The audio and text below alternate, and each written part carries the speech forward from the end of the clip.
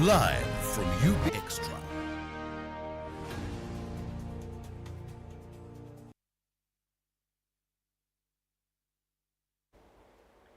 It's exactly 10 past the top of the hour, which is 9 a.m. this lovely morning.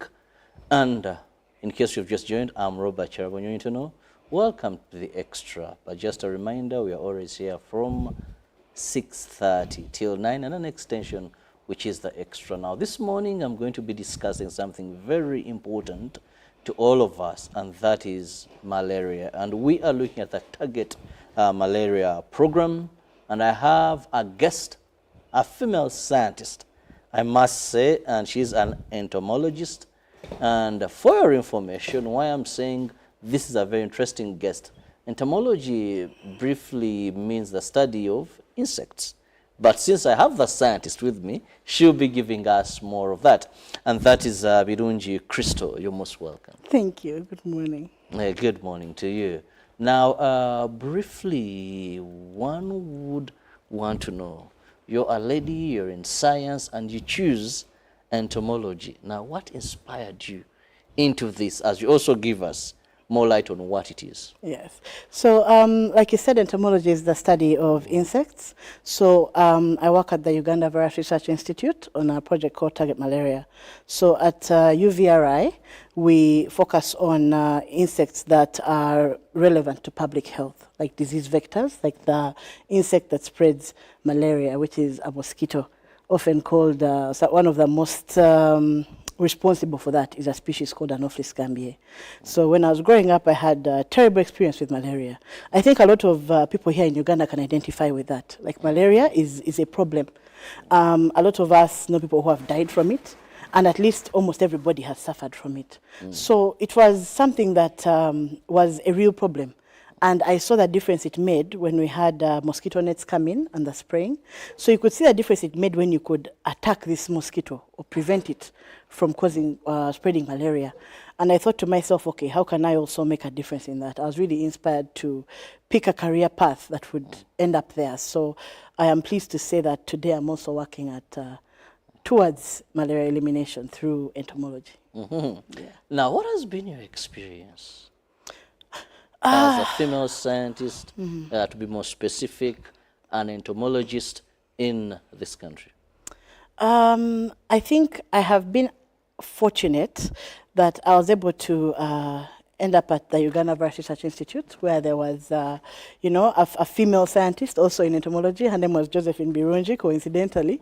And you could really see that it is possible, that you can be inspired, that this is a path that you can take, and that you can be successful at it. However, I will say that at the beginning, when I was talking about working in this field, about focusing on the genetics and trying to find a way for this to make a difference, there was some discouragement. Unfortunately, there is still a path where they try to encourage women to do more mainstream things, or if you must be in science, okay, be a doctor. So I think we're still lacking a little bit in terms of career guidance and, that kind of support for young ladies in this kind of fields. How have you managed to balance your professionalism, societal perception, and other responsibilities? It's a work in progress, but I think I think it is time for us to say that that women will have a harder time balancing some of these things, because I think also a lot of men have to balance them too, not so. So in my case, I do have a very supportive husband. I'm a mother, and I feel like that has actually increased my passion to end malaria, because now you have a child, and you know that when you're working in the field especially, you know the statistics. You know that a child is dying every minute. You know that in Uganda we're having over 600,000 deaths. So you're really motivated to end this more. So I appreciate the kind of support I have from my family, from my husband, and I think what matters is that you prioritize and you choose what is important to you. When something is important, you will find a way to balance it. So, yeah. Well, you've just talked about being a mother, and of course our statistics are not that very good when we look at malaria. But now let's look at the challenges or barriers in fighting drug-resistant malaria in East Africa. Yes, so when it comes to malaria, we've always had a history of drug resistance. If I'm sure many people have realized that the medications they get for malaria keep changing, and the reason we do that is to combat resistance. It's because scientists realize that over time maybe this medication is not as efficient as it is. So at the moment we do have the combination artemether combination therapies that are being given. And it's true that some resistance has been seen in some areas. And in Uganda, some people have reported that some people are taking longer to cure from malaria when they take these drugs. So some of the most important things that we can do with this is make sure that people take their full dose. They take their full dose of the drugs. When you take half the dose, this is some of the things that cause the challenges. But the government also has the test and treat policy, where someone has to be tested positive for malaria before they are treated. And that is also to reduce the chances of getting drug resistance towards malaria.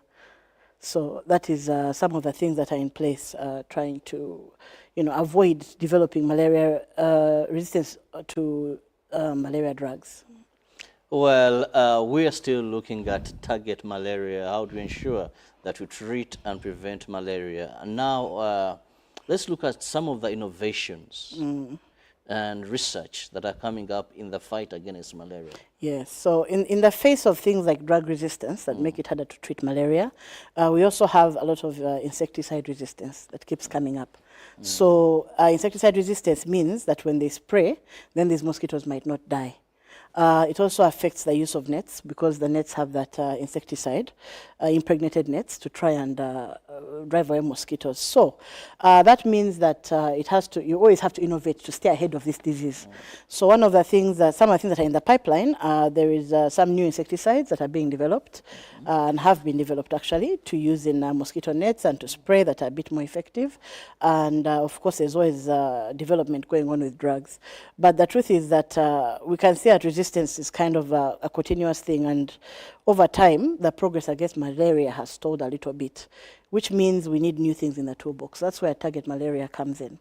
So Target Malaria is an international consortium. We have a number of partners, of which in Uganda, we're at Uganda Virus Research Institute, and we are developing an innovative technology using genetically modified mosquitoes with gene drive. And eventually, the finished product will be a mosquito that either will reduce the number of female mosquitoes born. So you'd have what we call a male bias, more mosquitoes that of the eggs that are hatching, most of them will be male. So male mosquitoes don't bite, they don't spread malaria, but over time, the population of mosquitoes would also reduce because you're getting mostly male mosquitoes. The other option would be also to reduce the fertility of the female mosquitoes, so that instead of laying about 200 eggs, which is very normal for a mosquito, maybe now it could lay like 2 or 3 or 4, so that you have that reduced population size of the mosquitoes that are spreading malaria, which would then mean that you interrupt malaria transmission.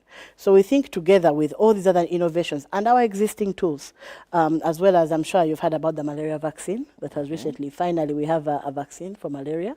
So together, maybe we can finally achieve malaria elimination and save some lives. Well, I can't wait to have those genetically modified mosquitoes, yes. Where about 90% of the population are male. And remember, when you talk about a spread of malaria, I remember my primary science. We were taught it's a female Anopheles mosquito. Yes. And today, an entomologist has added and said, well, there are a number of female Anopheles mosquito, but this one is Gambier. I hope I... Yes, it is true that in Uganda we're targeting Anopheles Gambier. Gambier, yes. Which is the most when it comes to spreading that. Now, if you have very few female and they're able to lay about 2 or even if 5 eggs away from that 200, then really it shows that we shall have moved a great way. Now, me look at your particular role, as my guest. I have Crystal Birungi this morning in Target Malaria. Yes, so I'm an entomologist at the moment in Uganda. Target malaria is a phased project, so we're going step by step. So we have been doing particularly a lot of what we call baseline studies, or we are looking at the populations that exist here in Uganda. What species we have where, how they behave, how do they mate, how do they breed. Because if you're trying to reduce your mosquito populations, you have to understand what exists, because you will not know if your end product is working if you don't know what was there. Like, how do you claim it was efficient? So I have been working at the Uganda Virus Research Institute and coordinating a team of people that we go ahead and we are studying these local populations. We do also insecticide resistance studies, and we do quite a number of characterization, just trying to analyze and understand these mosquitoes. Yeah. I'm also interested to know when you talk about gene drive technology. Exactly. In the fight to eliminate malaria. Throw more light. What is this? How does it work? And how could it be a possible solution? Yes, so gene drive technology is a modification that allows, okay, so if we want to, our end goal is to eliminate malaria, and we want to do that by reducing mosquito numbers. So we can go in and say, let's have a modification, which means that the mosquitoes maybe we have modified will now mate with the wild type and will have only males or less or mostly males. That is your modification. But the problem when you modify something is that over generations, if it doesn't help the organism, it is wiped out. So that means you'd have to continue introducing mosquitoes all the time. That's not very sustainable in the long term. So that gene drive makes it so that your modification is passed down every single time.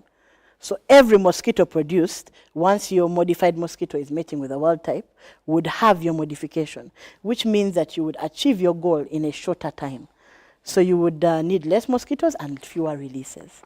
So that makes it a bit more sustainable and also effectively more cost effective over time. Now I go to the side of fear. Yes. How will you ensure that there is ethical and responsible use of this technology? Yes. So target malaria is of course very, very concerned with safety. So we have quite a number of studies that are being done. We're a number of partners, and there are studies that are really addressing a lot of the questions that people come up with. We do receive quite a number of questions, and we take each of them into consideration. We even have some publications that talk about possible pathways to harm and that kind of thing. We're really doing the studies. However, what I'd like to emphasize is that gene drive technology, or this technology of genetic modification, is very highly regulated. Very highly regulated, and we are really dedicated and making sure that we comply with all regulations. So here in Uganda, the organizations that are responsible for regulating research into gene drive or into genetically modified mosquitoes are the Uganda National Council for Science and Technology. There is a board there that is called the Uganda Biosafety, the National Biosafety Committee. And we also have at UVRI an institutional regulatory board as well, which is our research ethics committee. And all these people, they have guidelines, they have oversight, and you have to make applications, and you have to get approved, and they do monitor. So we are going step by step, and we are following every single regulatory requirement that is in place to make sure that we are compliant. Well, also, can you discuss some of the consequences, environmental impact consequences, or unintended consequences of gene drive technology? Yes, so I can only really speak to the gene drive technology in the case of target malaria, because gene drive is a technology, so it can be used for various things. So in the instance of target malaria, of course, we are specifically targeting a specific species of mosquito out of thousands of existing species. So there are thousands of species, and of those species, only a few spread malaria. But even among those that spread malaria, or have the potential to spread, they are those that are the most virulent. And for us here in Uganda, we have targeted Anopheles scabiei. So it is a very specific technology, and it spreads sexually. So usually you have to have sex with a mosquito which I think is kind of limited to mosquitoes. However, we are doing quite a number of studies, still looking into it. You know, it doesn't matter if something seems far-fetched. We still say, okay, how could that happen? And we have people, for example, we have a partner site in Ghana, and for them, they're really dedicated to looking at the ecology of the mosquito and the environment. But also, among the regulators that we deal with here, there is NEMA. And NEMA does audits. They carry out what they call environmental impact assessments, and they are a part of this process. So it is not just us just saying it's okay. We also deal working with regulators to make sure that we really tick every box. Maybe, Crystal, help our viewer understand, if at all there is any other country, because, you know, for the western part, they are not so much with malaria. And it's not a thing of theirs. But in Africa, malaria is one of the top killers. So are there any parts and countries within Africa where the gene drive technology has worked, and what has been their success, or is it first going to be tried here? Okay, so there has never been a release of a gene drive mosquito. There has been different projects working with genetically modified mosquitoes, but not a gene drive. So that has never happened. However, we do have partners. As you said, malaria is an African problem. We're not alone. We're not even, we are in the top 5. Uganda is in the top 5, but we're not alone. In fact, now the top 1 now is in West Africa. So we do have partners in Burkina Faso. We have partners in Mali. We had partners in Mali, and we have partners in Ghana. And we're all working on this project also. We are some of the African partners, right, that are working on this project. So in Burkina Faso, we've had previous phases of this project where they have released a genetically modified mosquito, but it was sterile. And it was mostly for capacity building. So it was not yet a control tool. But, you know, it was for regulatory capacity building, team capacity building, and it was a part of our project phase. So we have not used the gene drive yet. Right? It has not yet been used. I cannot say for sure that it will first be used here. There's a lot of things to go through. There is regulatory, there is different phases that the project is still going through. But hopefully when we have the final product and we can say that, you know, we have our final product and it works, it shall be available for use, hopefully, for any country that, you know, wants to embrace the technology, because, like you said, malaria is really an African problem.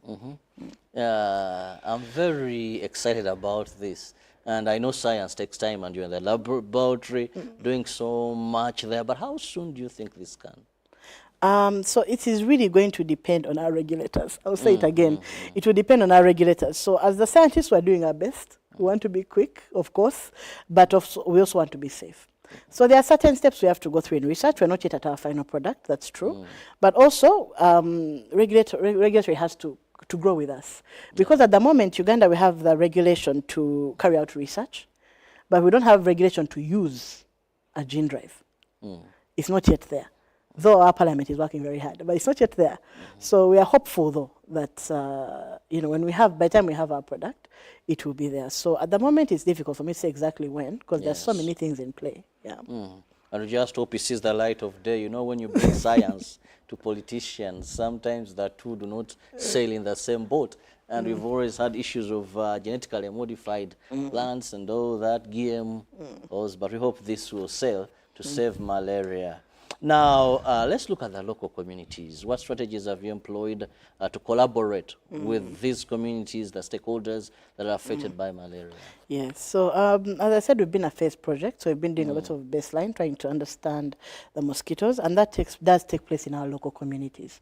So we go in and we collect these mosquitoes, and we're studying them, because that's where they exist, where the people are. And we do we've been having a lot of communication about the project, about malaria, you know, a lot of malaria education.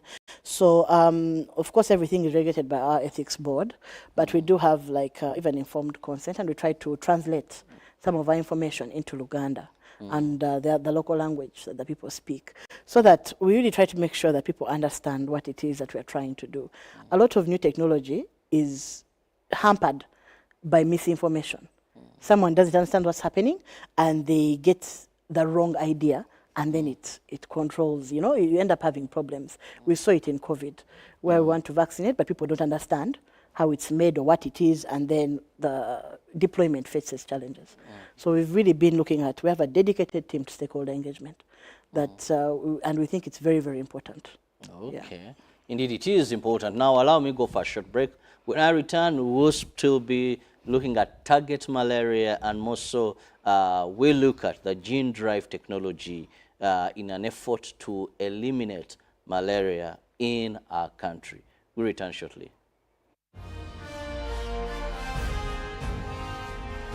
Live from UBC Studios in Kampala. This is Good Morning Uganda Extra.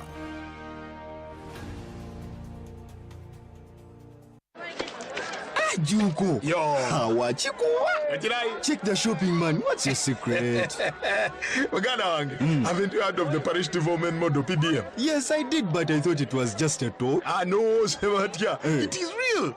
I and a few friends together formed a circle, accessed money from the PDM, invested in a portrait project, and now things are moving.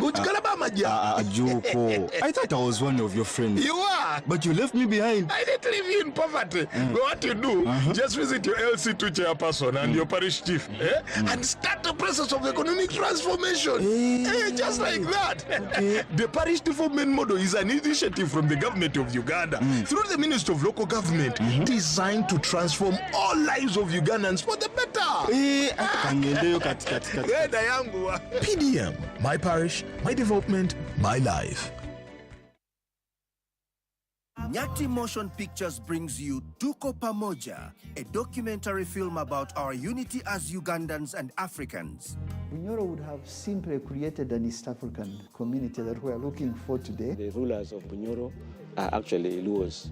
We people who live across the Nile, we are so related from our myth or from just the Nile. We are the same people, and genetically we are even the same people. We are similar people. We are one. Pamoja, we are one. Use that word, pamoja. Premiering every week from 3rd February to June 2024 at the National Theatre and Indere Center. Daily screenings are from 4th February to June 2024 at Ham Cinemax and the National Theatre. To get a ticket, call 0778 787 660. Tuko Pamoja? Once upon a time, there lived identical twins who gave birth to beautiful princes and princesses. Their mothers gave their babies' bodies a lot of care by applying on their skin with baby Junior chili. So dry chariots and admire their glowing skin. Fun fact, baby Junior prevents diaper rash, dry and sensitive skin. Moms all over Africa like baby Junior jelly. Baby Junior's the skin. No worries anymore. Baby Junior. Baby Junior.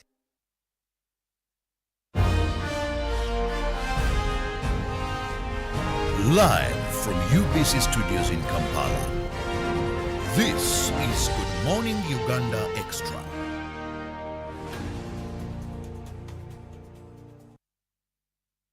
Welcome back from that break, and thank you for being with us. It is still Good Morning Uganda Extra. I'm Robert Cherabonyonyitono with Birungi Crystal, an entomologist working with Uganda Virus Institute on the Target Malaria Program. And we are discussing gene drive technology this morning. How can it be used to fight malaria? Now, this is a new thing to Uganda, especially in the mosquito lane. And how are you planning to handle really skepticism about the safety, the effectiveness? You know, maybe we know sometimes it may get to Parliament, public concerns, all these. So as with any new technology, anything that is new, of course, if people don't understand it, don't know about it yet, there's going to be questions. And there should be questions. I think that is a good thing. So what we are doing and what we plan to do and what we think is a good idea for all scientists actually is to really try within the best of our abilities to educate. So we do a lot of outreach. We do talk to from district level to sub-county to village level in the areas where we work. And as we go on, hopefully we shall be able to continue reaching out more and more. Also, we also do some stakeholder engagement with also our national leaders as well, with the MPs, with Parliament. And, you know, so I think what my request would be that people should be open-minded about new technology, because what's at stake is the lives of our children. So I think if we keep our eye on what is important, I'm sure we cannot fail to find a way to see eye to eye, because those who have concerns will raise them. And of course, as scientists, we'll do our best what is within our purview to address them. But I'm sure working with our regulators, with our leaders, and with the people themselves, we will be able to achieve something really amazing. We can achieve malaria elimination. I love the fact that the scientists are ready to explain what you need to know within their means and how best they can simplify that for you. Now, this takes me also, Crystal, to look at what have been some of the advancements or the breakthroughs that you have made in the fight to eliminate malaria.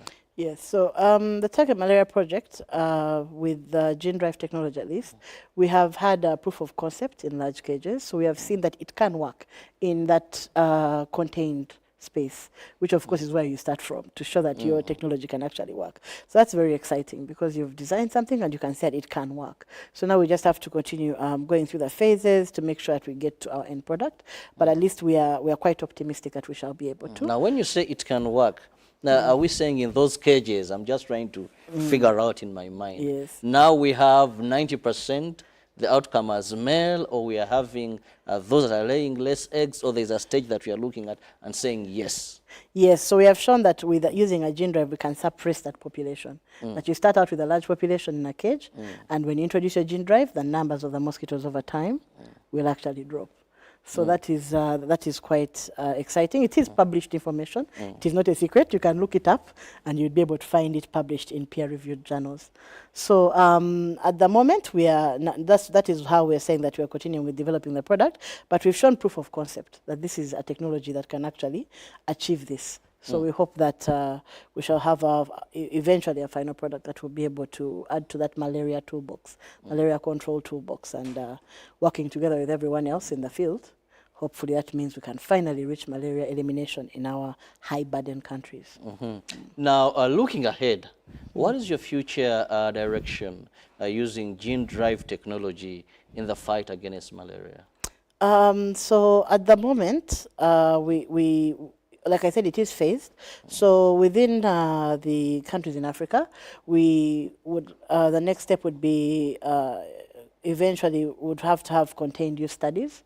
So those are studies where you look at everything that has been, because like I said, we have many partners. So some of the initial studies are done off-site, like we have in Italy and so on. So we'd want to then replicate some of those studies in our sector, like a few to see, just to make sure that we have we are still seeing the same results when we are back crossing here with our wild type in our very contained laboratory. And eventually, depending on our regulations, of course. So even having mosquitoes imported to Uganda, the modified mosquito, still requires our regulators to be on board and to give us approvals. So we don't do anything without regulatory approval. But you know, if we get approvals, then eventually we would have a product and we'll be able to come back here and tell you about it. Yeah. I can't wait for that time. And I hope our regulators look at this as something they should expedite for science to move along, because really need this. Now, in your own opinion, what steps should be taken to promote gender equality, diversity in the field of science? I think the first step is to not tell girls that they can't do this. You know, I think that's where the first barrier is. It's where right from maybe when they're young, they're told this is what girls do. And that is what boys do. I think that is not really a thing. I think it's about what you're passionate about and where you think, you know, you can make a difference. So science is not exclusive to either girls or boys or anybody. And that is one of the very first steps. But also the mentors, the people who mentor girls. So if they can see that they can also achieve it, if they see someone else achieving it, then maybe they might dream for it. Because you might find we are losing a lot of little girl scientists from the beginning because they never even consider it. They think they can't do it. So I think it is up to us of our current generation to nurture the incoming one and make sure that really all children, girls and boys, can reach their full potential for our country. Well, it's been very interesting discussing issues of science, the gene drive technology, looking at mosquitoes to fight malaria. Very interesting topic, I must say, and more so discussing it with an entomologist who happens to be a lady, and that is Virungi Christo. I've really enjoyed a part of this, and I hope that really when it comes to those who have to do the legal part of it, approving all this, they comply and science moves along with regulation. But before I let you go, maybe your parting shot. Yes, so I think what I would like people to really focus on is that malaria is an African problem, it's a Uganda problem, it's a me and you problem. So we can work, if we work together, we can really achieve malaria elimination, everybody in their own way. You don't have to be a scientist. Like you said, regulators also have their role to play to figure out how to regulate it, make sure it's safe, but also make sure that we can achieve something great, but also even just thought leaders and opinion leaders, you know, focus on saving the lives of our children.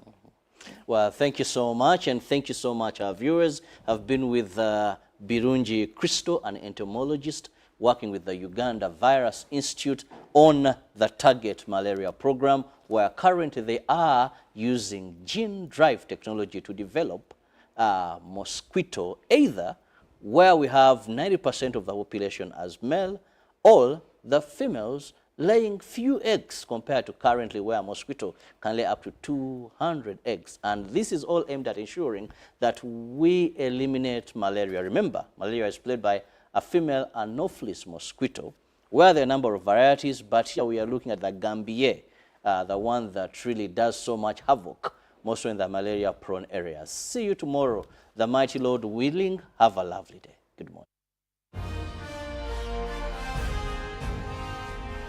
Live from UBC Studios in Kampala, this is Good Morning Uganda Extra. Pick of the day on UBC.